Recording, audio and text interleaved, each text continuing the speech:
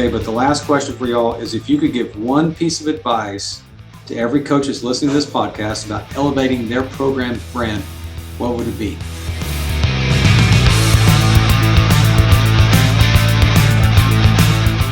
This is Joe Martin, Executive Director, Texas High School Coaches Association. Thank you for joining us today on our podcast. Before we get started, a few updates regarding the spring of 2025. Just reminding you that our 25-26 THSCA membership is available to you on our website. And encourage you to sign up as soon as possible, and don't forget your liability insurance as you do that. Also, coaching school tuition is available on our website currently, and you can go to into the portal. You can go to our website and be able to sign up and get your tuition to coaching school, which will be in San Antonio. The Hall of Honor is July the 19th, and coaching school runs July 20 through 22, with a regional meeting being on July the 21st on that Monday, and our general meeting the 22nd. And just reminding you that those two meetings are not the same, and we encourage you to attend both of those meetings, along with the 250 to 270 hours of professional development. We look forward to seeing you at coaching school. The sooner you sign up, the cheaper it is. And providing that you have membership going into coaching school, you'll be set and ready to go coming out of coaching school for the new school year 25-26. As you know, the 89th legislative session started in January. A lot of updates on our website, a lot of things that potentially can impact you, us, all of our coaches and athletics across the state of Texas. So stay tuned to our website. We will be involving updates through SportsU and sending legislative updates as we need you as this session grows beyond vouchers and the UIL bills that are out there. We will be fighting for you in our profession, and we need your help. So stay tuned. When we can get information to you, please respond as soon as possible. Have a great day. This is going to be a great podcast. Hey, coaches, did you know we're now offering shows for all sports? That's right. Whether it's basketball, volleyball, softball, baseball, football, soccer, you name it, we've got you covered. If you're looking for a way to showcase your program, promote your players, and highlight the amazing things happening with your team, our coaches' shows are the perfect solution. Plus, our business model lets you or your booster club raise money while building excitement and support for your program. Don't miss the opportunity to take your team's story to the next level. Find out how you can get your very own coaches' show. Reach out to Chris at 713-269-4620 today. That's 713-269-4620, because every team deserves the spotlight.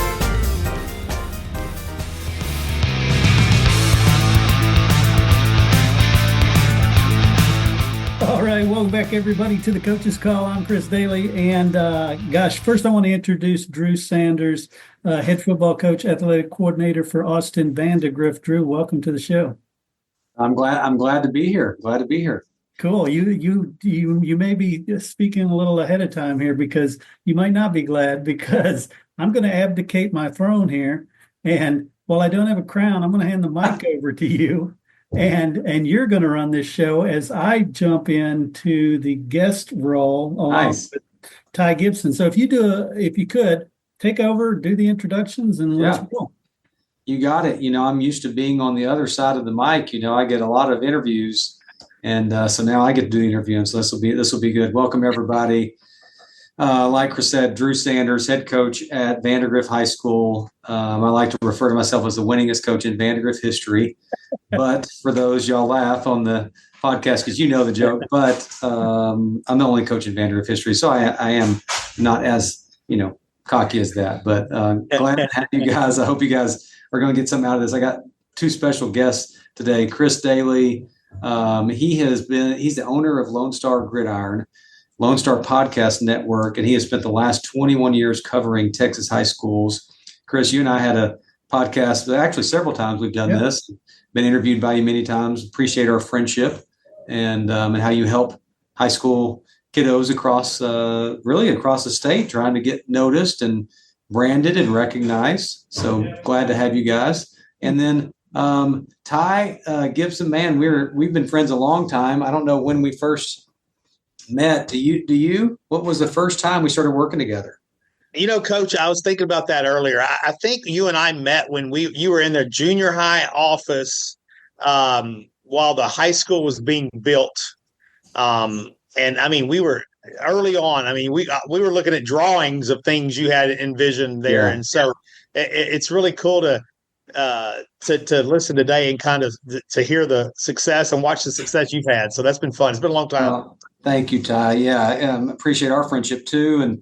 And guys, Ty is the owner of Waterboy. I'm sure you've heard of that also. Since 2015, when he started that company, he's been branding stuff since 2006, and one of the well-known names in marketing and branding. And I can speak from experience with both you guys. Both you guys are at the top of your craft and the things that you do. And so this is pretty cool. So it's called the Coach's Call, and the whole premise is basically switching it around, letting the coach be in charge and asking other people, the questions that they're usually asked. And so we're talking today, this segment is about branding, and then kind of like, how do you do it? The branding foundation. People want, like, I'm going to Texas Tech tomorrow to go to their clinic, and I guarantee they've got a lot of branding at their facility, and that kind of stuff is really easy to see. And what it can do to your program, and it's really all aspects of it. And so I think that's kind of where we're going today. You guys ready to do that? Go. Yeah, definitely. And tell Joey I said hi. He was actually one of my first interviews 21 Really? years ago. Yeah. Boy, he has done so many amazing things in his career, and looks like he's got Tech poised for another great season. I think they won 8 or 9 games last year. But anyway, he's Texas high school royalty too, good friend. Yeah. Okay, this is for Ty. So Ty, can you share the story behind Waterboy Graphics? What inspired you also to focus specifically on sports branding and graphics for athletic programs? Well, Coach, yeah, it's there's a lot of really cool things that have kind of shaped Waterboy. But I'll tell you, my early days was at Disney. I was in marketing. Early on, right out of college, I worked at Disney World, and we did a lot of really cool branding and graphics at Disney. As you know, Disney's always kind of been ahead of the game on that stuff. And now, don't get me wrong, I was the grunt guy walking around. I tell people all the time, I used to go into the parks before they ever opened and making sure the graphics that were put up the night before aren't falling off the walls. So, but so early on, I was in graphics. I mean, this was in the late 90s. Late 80s, early 90s. And I was, I loved it. But at the same time, I had a true love for sports. And I always wondered, how in the world could I connect these two? And then as I would go to these Division I games, and you see these big graphics and you see these big things, and I'm like, who in the world is doing that? And then you go to the high school market. And at this time, and especially even my old high school, I'd walk in and go, that's really cool. That's a mural that was donated by the 1986 class, but what is it? Is that a bullfrog or a horned frog, or what is it? Right. I mean, that's some really cool stuff, but it just was just not real impressive, I would say, at that point. Right. But so we were able to, my vision was to kind of take that D1 look and let's bring it down to the high school level, and really concerning, one of the things, and we'll talk more about this later, but it's more of the budgets and some of that stuff was a concern, but amazingly, we got it started, and I'll, you bring up Joey. Joey was one of my first ones that called me. We were doing some stuff in there, and he called me and he said, "Hey, we're going to start. Under Armour's about to start doing some school sponsoring at the high school level, and Mm-hmm. we're one of the first." And he said, "Would you mind meeting with them?" And I said, "Not at all." And so Joey introduced me to Under Armour Group, and I remember sitting at that table, and they said, "Hey, Ty, we're going to do the top 30 schools around the country, the Undeniable program. Would you be interested in doing that?" And I said, "Absolutely." But I went and got in my truck, and I sat there for 10 minutes going, how in the world am I going to handle that? But all that to say, it was a beautiful thing, and it was crazy for a while, but But anyway, that's kind of the vision of how I've got it start, in my mind, and it's Yeah, just been really fun to watch it that's go. neat. That's a cool start. I'd never heard that, but I do remember some of that Under Armour branding that I guess you did. And I remember seeing it. And I remember that was honestly one of the first times where I thought, well, that looks really good. Wonder why can't we do something like that? And so that's a super interesting story. So, okay. So we hear from athletic directors about the impact your work has on school pride. I think we'd all agree on that. But can you share a couple of specific examples of how visual branding has actually transformed and helped a program get better and help their culture? There's several I think that we could talk about, Drew. And Drew, you and I have talked about this before, just what it does inside these schools and many areas, not just the athletes. And a lot of times we're just talking about staff, and now even getting into the teachers and the administration, just making it a better place to be. But a couple of ones I would just, there was a big school, and this has always been a fun one with me. It was in a DFW area, and a coach kept saying, he said, "Ty, we love this stuff, but I'm afraid our kids will just destroy it'll get tore up, it'll get damaged, and and he said, because I just don't think it'll get through." And so finally, it took about a year and a half, and finally at coaching school, he came up to me, he said, "Hey, we're going to give it a shot." And anyway, still to this day, he and I talk about it. It changed he said the kids went from tearing up the walls to protecting it. He said, he said they would protect these if anybody messed with them, he said, what I had to worry about then was them, getting a little aggressive with people that wanted to mess with the walls. He said they took pride in their school and what was there. And since then we did multiple projects, and still are doing some at that school. And the kids have just really bought into it. And then there's another one I would say, and this one's out in East Texas. We did a program out there, and I still to this day get calls from the administration that not only the athletes, but the students are going into the athletic facilities and taking their senior pictures in front of some of the branding. They're going in and taking their, the social media stuff with their friends, not just athletes. Students that it's changing ways they feel about their school. So, I would say a couple of those and that's really what makes me feel good when I hear those stories of athletes being proud of their facilities, but not only athletes, but just students in general. Yeah, I totally agree with that. That's neat. Those are two great stories. Okay, Chris, with over 20 years of podcasting, 30 years in marketing, what drew you to working with athletic programs? Gosh, I think it was my Texas high school football roots. From playing it at tiny 2A Vanderbilt Industrial to officiating when I was in college. I just stayed connected with the game. And then when podcasting was invented, the fifth podcast in history was Lone Star Gridiron. And so, I thought, I'm just going to have this opportunity to tell these amazing stories, because they're incredible stories. Every weekend is a great story. Every season is a great story. Every kid's a great story. Every coach and their coaching tree is a great story. So I just love the stories. So that's really what gets me hyped about it still to this day.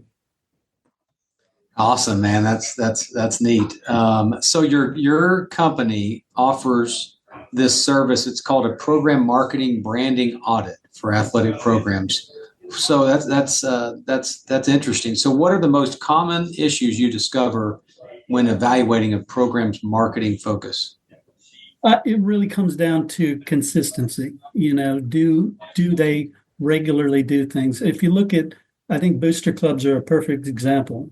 We have some booster clubs at some schools that do amazing work and are doing amazing stuff. And then maybe leadership changes and the next group that comes in isn't as excited about it. So they may, lower the bar a little bit. But I think that's it. It really comes down to consistency. And it's not about, oh, well, they were really good on X or Twitter, or they're really good on Facebook, or they're really good at doing a podcast. and then they switch it up. There's just no cohesive plan. And that's what you need. You need a cohesive plan that ties in what's Ty are doing and what myself are doing, and you get all that. And like Ty was alluding to, it changes the attitude there. It changes the audience. It changes the coaches, how they feel about it. It changes how the kids feel about it. Puts more butts in the seats. Yeah. Yeah. Okay, Ty. Back to you. Many coaches are working with a limited budget. We all know about that. So can you share some cost-effective starting points for schools that want to build their brand but need to prioritize their budget? Absolutely. And I feel like our guys do a good job of that. What we always say is let us walk and talk your area that you're looking at, right?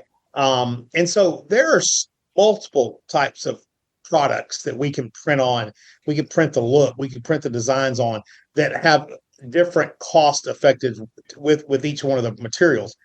A lot of times, in our business, it's all square footage. So Drew, you and I've talked about it before. We're like, hey, this is maybe not the impact wall. Why don't we put a stripe here versus covering the whole wall? Right. Let's take some of those monies and let's put it in the areas where just the impact wall is. And maybe that's just depending on the budget, maybe that's a wall. Yeah. It may not be multiple walls. It may be a wall.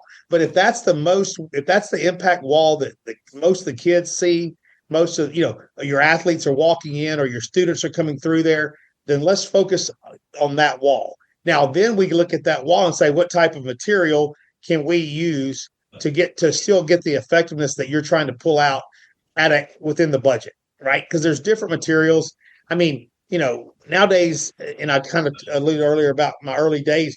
Back then, there was very limited products that you could use that would stay. Nowadays, we have a ton of different types of products. As you will go see tomorrow at Tech, right? Those schools are driving what high schools and smaller colleges are looking at. Yeah. We're trying to take those looks and bring them to a more affordable cost and different products. Kind of the same thing there, Drew. In some schools, we may use some type of corrugated plastic board. We did some schools that corrugate out of corrugated plastics that are router cut logos that the kids love it, but it was minimal cost, but it still has an impact on those kids. So to me, it's always, let's find out what we have, and then, let our rep or one of us look at what we can do to make the biggest impact with that amount of money. Great. So you talked about this. You walking through a school, you're working with them. How do you capture that unique identity for, that school? Each school is different. Sure. That's where I always say we've got to listen to the coach, right? Listen to the athletic director, listen to these coaches. What is their vision? And then a lot of times they may not always give you everything you need to hear, but there's keywords we're listening for, things that are important to you, things that we want to pull out. You talk about history. We talk about the history of the program. Okay, let's talk about history.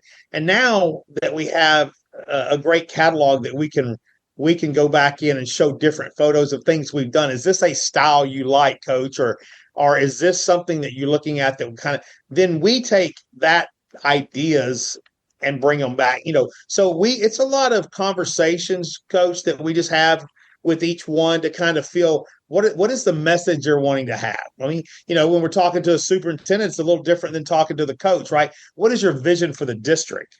Mm-hmm. But talking to the athletic director, what is your vision for this athletic program? So we try to listen for words, and then what we do is we pull in our designers, right?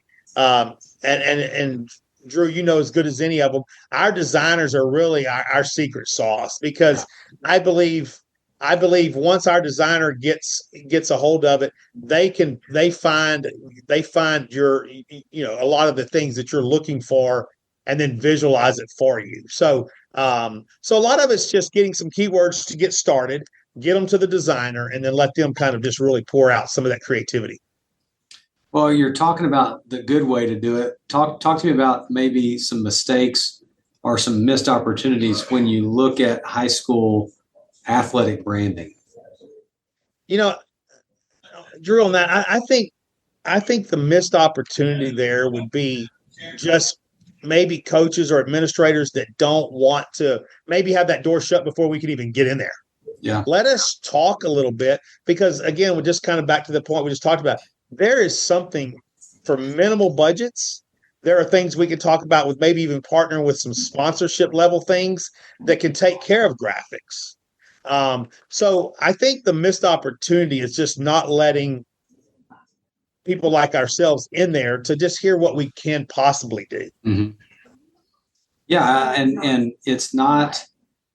There's something for every budget, and sometimes it's just like a one-time thing too. With this is going to last like 10 years. This is going to last 15 years, and so this is a one-time thing that's worth it, because then everybody's coming in and looking at that, and just sometimes if we do it right, it's like you're in awe of what this looks like. We hear that all the time from our hallway that y'all have done for us that we're about to do, again. Yeah. But okay, well, thanks for that. Okay, Chris, back to you. Many coaches are experts in their sport, but they may not have much marketing experience. So what can you teach us some fundamental digital marketing concepts that maybe every coach could understand? Yeah. And I guess first understand that I've never met a better marketer than a coach. So inherently, coaches are great at telling stories, engaging. Yeah, we're salesmen. We got to sell our program. That's it. You sell the parents, you sell the boosters, you sell the administration, you sell the kids, you sell the audience. Yeah, y'all are the best salesmen ever. And so really, it's telling those stories, and getting out there and like Ty alluded to, not closing that door. We view podcasting as a cornerstone for marketing and branding, because it creates so much content that you can then put out on other social channels. Right. And so if you don't close that door and you understand that this is a very powerful medium, and then take advantage when you have the coaches show, tell those stories. Don't just say, yeah, here was a score, talk to you later. I have one coach in 20 plus years who would say, yep, or nope. That his only answer. Coaches traditionally are perfect. They're good at this, but this one, it was so hard. That wasn't me, was it? No. Okay, all right, that's good. That's good. I'm just making sure. I'm just checking. No, you did an exceptional job, and you touched on budgets. Our model now allows it to be a fundraiser for the organization. So, it's silly not to entertain the idea, at least. Yeah, that's great. That's great. We know it's so interesting. I will listen. I've listened, of course, been part of your podcast, and also listened to ones that you've done, and you learn so much about a program, a coach, when it's done right. So, all right. Well, how has social media changed the game for high school sports marketing, and what platforms do you think coaches should prioritize coming up in 25? Well, I understand. We talked about this before we went on the air, how busy it is right now for you guys. So I wouldn't try to add a whole lot more to your plate. I would try to either partner with companies, partner with, we have an internship program. We can teach kids at your school how to do this stuff and do it for you. So it costs nothing. But as far as the platforms, you've got the quick hit ones, the TikToks, the YouTube shorts, the Instagram reels, stuff like that. Those are great for getting visibility. It's not great for either, like if you have sponsors, for them to get something out of it, because people don't take action. They just watch it and move on. But you look at places like Twitter, that's great for real-time updates, telling scores and things like that, which is a must-do during, game night. Facebook still works great for engaging parents and sponsors. And, if you're smart about it, you engage all of that. And again, it's all paid for, or you just make a profit. Yeah. Talking about resources, I posed a question to Ty. How about you? Programs with limited resources, how can they prioritize their marketing efforts to, get the biggest bang for their buck, I guess? Well, like you mentioned earlier, we do that audit, and you can go to LoneStarPodcast.com and look for the link there. I don't know the exact URL, Yeah. But I can figure it out, guys. yeah, we can figure it out. And I'm easy to reach. Uh, and so, yeah, we've got that where you kind of self-audit your program, and then we give you some feedback. All that's 100% free. But I alluded to the podcast being the cornerstone of your content creation. We do all the work. The only work, as you can, testify, is one 15-minute phone call a week that you have to do. And we put it together, we produce it, we distribute it. And ideally, we work with your boosters and they go promote it as well. And again, the lead in of the question was budget. They do a good job of selling ads in it, and it increases your budget. It doesn't cost anything. Yeah. Awesome. So, okay, this is for both of you guys. Okay. So one or the other can take it first, whoever. So for schools looking to overhaul their entire brand presence, so physical, digital, how would an ideal collaborative approach between your companies look? Sure. I think there's several ways to do that. I think, first we need to make sure we've got the identity, right? I mean, a lot of times I talk about this too a lot, where we want the brand consistent from the front door of the school to the athletic facility. So there's a consistency throughout the school. And I think that's the same way with Chris and I, right? The brand that we're showing in that school needs to be the same brand that Chris is putting out there on the social media side, and the things that they're showing and talking about. It's kind of it's just a consistent look throughout, and then beyond, as Chris does. Chris, you want to add to that? I agree 100%. I think the synergy that your company and my company has is powerful. In fact, maybe we need to tighten our relationship even more. But our digital content can reinforce the visuals and the values that Ty's company installs on the campus. And like you said, it's full circle. It's a full circle branding that makes the message very clear, and nobody's confused about what Austin Vandegrift sports means. Represents. Yeah. Yeah, exactly. Well, what are essential branding elements every high school sports program should have in place, both physically and digitally? What are the essential? As far as ours go, that's one of the things I always talk about. I mean, there are places that we've gone in before. You don't know where you're at.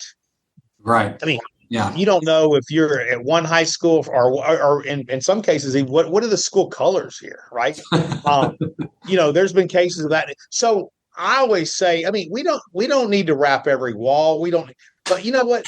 There needs to be an identity of who we are. And that's simply as a school logo, and a consistent school logo. Coach, you know this better than anybody. I mean, you guys do a great job at Vandegrift, but there's some schools where there's 5 different logos being pushed throughout, right? I always say, I mean, if we can simplify one consistent brand that the students are aware of and the staff's aware of, and I think that's critical, is having one consistent brand. Yeah, I agree with that. I think, when we're putting together the album art for a Coach's Show podcast, sometimes we're going through 10 different logos trying to figure out which one's the active one, which one's the official one.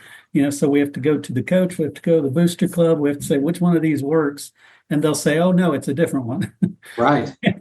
So yeah, I mean, I love the work that Waterboy does, and you walk into a place, and I think, especially, and tell me if I'm wrong, Ty, but I think a locker room is probably the place to start, just because it instills so much pride in the athletes. Yeah. No, I agree. I mean, each coach has their own individual motto or message, I would say, within the sport, but the consistent brand is one, like we talked about. But yes, inside the locker room, they have their own look, their styles, but I always say, wherever we can hit the most visuals for the impact on most of the kids, right? So if it's walking into the athletic facility, and there's that we talked about earlier, like that one impact wall, that's a critical. I would say if there was a spot, that's you look for your focal point places, and then as you said, the locker rooms. Yeah, where everybody's going to see. Y'all bring up an interesting point in the logos because for years we at the beginning of our program at Vandegrift. For those that don't know, I've been here for 16 years, but at the beginning, everybody was trying to use we're the Vipers, and everybody's trying to use all these different snakes. We had snakes coming from all over the place. It was a rattler. It was a viper. It was a garter snake. I mean, it's whatever. I didn't like the garter snake because they're not very tough. But we basically had to kind of make a rule. We did make a rule. There are no snakes. We're not going to do that. We got the V logo that shows a snake. Other than that, you've got the V, and that's it. So that's fascinating that you guys are running it. And I'm glad we've done that because we have one message. We've got one logo, and everybody now, after 15 years, kind of knows what that is, Yeah, and even outside of the logo itself, the mottos and the sayings are so important because there's 500 schools that have Bobcat Fight Never Dies or Bulldog Fight Never Dies or whatever. Yeah. Whatever that is, it needs to show up on the visuals, but it also needs to be part of the audio and the social. It needs to tell that same story. Yeah. Okay, so back to Ty. Now, Ty, what trends, you go all over the nation. What trends are you seeing in high school sports branding, and how has it evolved since you founded Waterboy? Wow, there's been a huge, you see it changing just like everything else. I always tell people it's kind of like tattoos, right? I think once you get one, they always ask me what's next, right? So, and I'm always challenged, and I really do have a couple guys that all we do is this. We're trying stuff to see what will work and what won't, but the dimensional stuff, coach, is definitely become the next run on things, right? I mean, we want the graphics, we want the wraps and things, but now we want some of that to come dimensional, right? It's coming off. And now, I would say the hot thing right now is LEDs, being able to add the LEDs versions to some of this dimensional stuff has been really cool. Now I'll tell you, the tone on tone is really popular. We used to try to get really kind of show a lot of color, a lot of busy. And now it's going back to this real simple, clean tone on tone. And Coach, you and I've had this conversation. Yeah, hey, that's what we're doing in my next design with you, right? Yeah. So I would say the tone on tone and dimensional is where the next trends are going and what we're seeing more of. What and you talked on this, but if you want to just add anything else, is that if a coach could focus only one area of the facility, where would you recommend them starting? You want to expand on that, or just say that, kind of emphasize what you were saying earlier? No, if there's one area, again, I always, as a coach, maybe as an AD, I'm trying to think, how do we impact all the athletes walking into your main hallway? Or is it the weight room where all the athletes are going? So I always say, look for where we're going to impact the most. And look at that area. Just look. And a lot of times I think coaches will see blank walls and go, I want that. But then when you really start asking the questions, Coach, where do they come in from? Or where do they go out? It's not, that wall's really not. Nobody ever goes through that. Right. The coaches all see that because he sees it every day when he walks out of his office. But that's not really when you just say, start asking the questions. So I always, Coach, I just go back to that. We got to find your impact wall, and that's where you need to start. Yeah. Makes sense. Okay, Chris, you've mentioned that podcasting can supercharge a program's reach. So how specifically can podcasting benefit a high school athletics program? Well, I think the most important thing is it humanizes the team, right? It takes it from your mascot and your score to real people. It gives coaches that platform where they can highlight players, they can celebrate their wins, they can tell that program story. It builds more of that community loyalty we talked about. We mentioned it can attract sponsors. It's just very impactful if the coach uses it right. Right. Well, so you talked about that story. How do you do it? How do you tell that story? Because it's been such a good theme through your answers. how do you tell that story effectively across multiple platforms, touch points? Well, that's the thing, is identify that core message, your mission, your legacy. What is your message? Is it your legacy? Is it your athletes? We are doing a show right now for Pasco baseball up in Fort Worth. I had no idea Taylor Sheridan, who does all these great TV shows, Yellowstone and 1923s and all those, he's a graduate of Pascal. I learned that in the show. And so there's a lot of legacy that we're pulling out in that show. But again, your message may be the mission, it may be athletic excellence, whatever your core message is, that's what we kind of pull out, and then you tailor it to different social media platforms. So obviously we can use a podcast to go in depth, dig in. We can use social media for quick updates about that. Whatever it is, keep pushing that same message, brand consistency, whether it's, again, visual or audio or however. Stick with the story. Yep. Makes sense. Okay, so we're down to the end of our podcast. It's been a lot of fun. I've got one final question for both of you guys, okay? And then we're going to talk about how they can get in touch with you guys, okay? So you can know, like, all right, if I want to do this podcast, if I want to do some branding, then this is how I get a hold of you guys, okay? But the last question for y'all is, if you could give one piece of advice to every coach that's listening to this podcast about elevating their program's brand, what would it be? I would say don't be afraid to start. Don't think that's such a pie in the sky 30,000 foot view that I don't know where to focus. Just start telling your story, but involve other people, whether it's your booster clubs, because some schools have such strong booster programs, others are kind of weak, but is partially weak because maybe the coach isn't as engaged with it. Right, start somewhere. Yeah. So get started, get it going, and you'll find your story and you'll find your medium. Yeah, and sometimes, Chris, in schools like that, like, you got to be careful. You can't listen to what everybody else is saying. Sometimes you just got to go, and you got to take a step forward out in faith. Amen. Ty, how about you? I agree. I think Chris has nailed it. I mean, take that first step, right? Let us walk in. Let us kind of just talk about what we can do with what you do have. And I'm believe me, we've made small impacts with some big impacts with some small dollars. But what I see happens is once we get something in the school, money starts to show up. Mm-hmm. Whether it be from different places, right? Money from booster clubs that maybe weren't wanting to do that. Now they go, hey, if the football can get their door wrapped, why can't basketball, volleyball, and soccer? And so what I always say is, let's get started. Let us show you what we can do. And I'll tell you, Waterboy, I mean, you guys, I love helping people, right? And sometimes we may go in there and go, hey, all we can do is this. And coach, we're going to help you this time, and then let's get the ball rolling.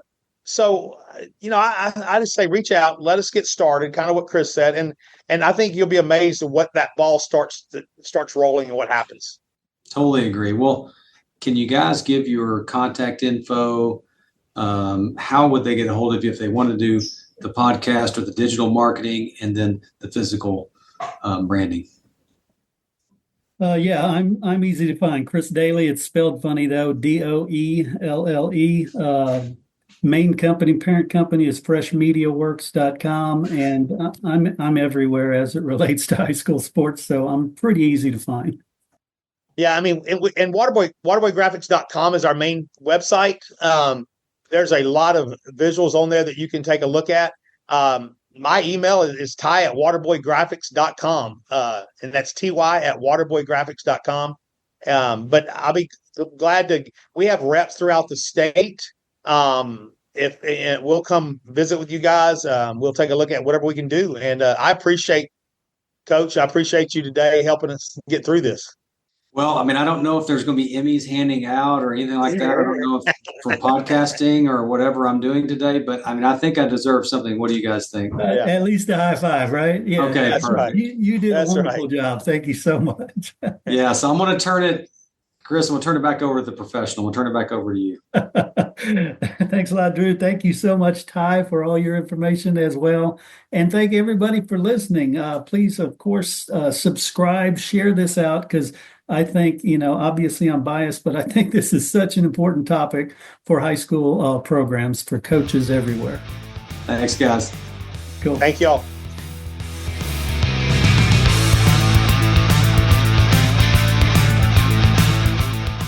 Hey, of course, I want to thank our guest, but I also want to thank you. I want to thank you for giving me what I consider the most valuable thing you can give, your time and your attention.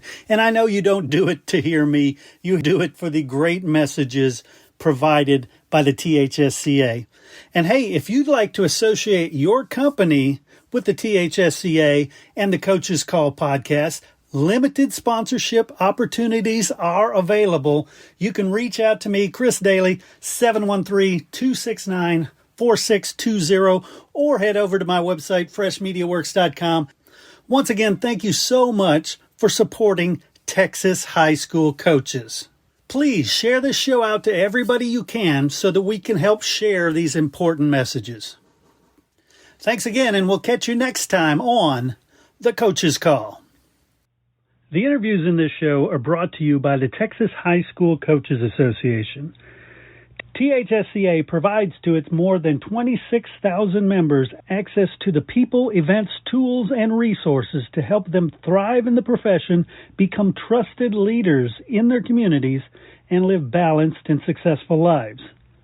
The work and sacrifice coaches do every day is vital to the development and success of student athletes. The THSCA supports these efforts. We fight for every coach, provide them with the connections and resources to improve their lives, and help all student athletes throughout the state enjoy lasting success. The mission statement is simply this: to help and serve Texas high school coaches as they work to help and serve student athletes. Helping coaches help kids. For more information on the THSCA, visit www.thsca.com.